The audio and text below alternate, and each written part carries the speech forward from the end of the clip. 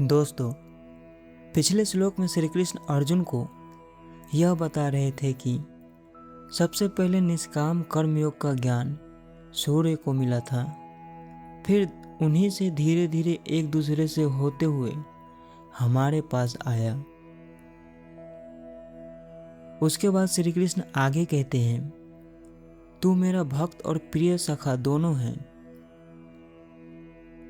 इसलिए वही यह पुरातन योग आज मैंने तुझे कहा है, क्योंकि यह बड़ा उत्तम रहस्य है।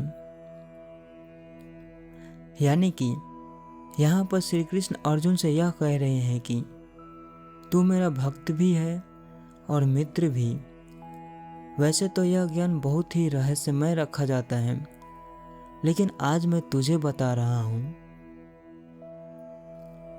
दोस्तों, इस श्लोक का अर्थ यह है कि आध्यात्मिक ज्ञान जैसे निष्काम कर्म योग या आत्मज्ञान के रहस्य केवल उन्हीं के समझ में आते हैं जो ईश्वर पर विश्वास रखते हैं। ईश्वर का ज्ञान पाने के लिए आपको ईश्वर का भक्त और सखा दोनों होना पड़ेगा। मतलब कि ईश्वर के प्रति प्रेम, उनके प्रति प्रेम भाव होना चाहिए। ऐसा इसलिए क्योंकि अगर कोई गुरु रहस्यमय ज्ञान को सिखाना चाहेगा तो वह उस शिष्य को चुनेंगे जो उन पर अटूट विश्वास और सेवा करता हो। अनोखा ज्ञान हमेशा उनको बताया जाता है जो उसे समझ सके। ना समझ को बताएंगे तो ये आपका टाइम वेस्ट है और कुछ नहीं।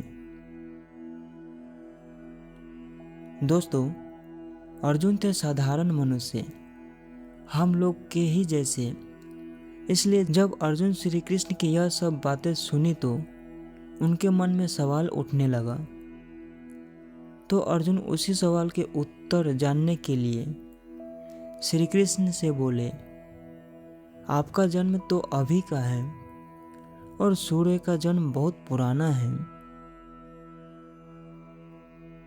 तो आपने ही सृष्टि के आदि काल में सूर्य से यह योग कहा था, यह बात मैं कैसे समझूं? यहाँ पर अर्जुन श्री कृष्ण की बात को इनकार नहीं कर रहे हैं, बल्कि वो कंफ्यूज हैं, इसलिए ऐसा कह रहे हैं। आपका जन्म तो अभी यानी द्वापर युग में हुआ था, परंतु सूर्य का जन्म तो कल्प के आदि में ही हो गया था। इसलिए आप मुझे अच्छे से समझाइए कि आपने सूर्य को योग का उपदेश कैसे दिया। दोस्तों, अर्जुन भगवान पर संदेह नहीं कर रहे हैं, वो भगवान की दिव्य रूप और दिव्य ज्ञान को समझना चाहते हैं। अर्जुन एक सामान्य बुद्धि से सोच रहे हैं कि एक साधारण मित्र उतने प्राचीन समय में कैसे हो सकता है। बात ऐसी है दोस्तों, यहाँ पर अर्जुन को अभी तक ये पता नहीं है कि जिन्हें वो अपना मित्र समझ रहा है असल में वो है कौन। इसी को जानने के लिए, उनका दिव्य और अजन्मा रूप को समझने के लिए अर्जुन यह प्रश्न पूछते हैं, जिसका उत्तर अगले श्लोक में भगवान अपने अनेक जन्मों और ज्ञान के रहस्य को बताने जा रहे हैं।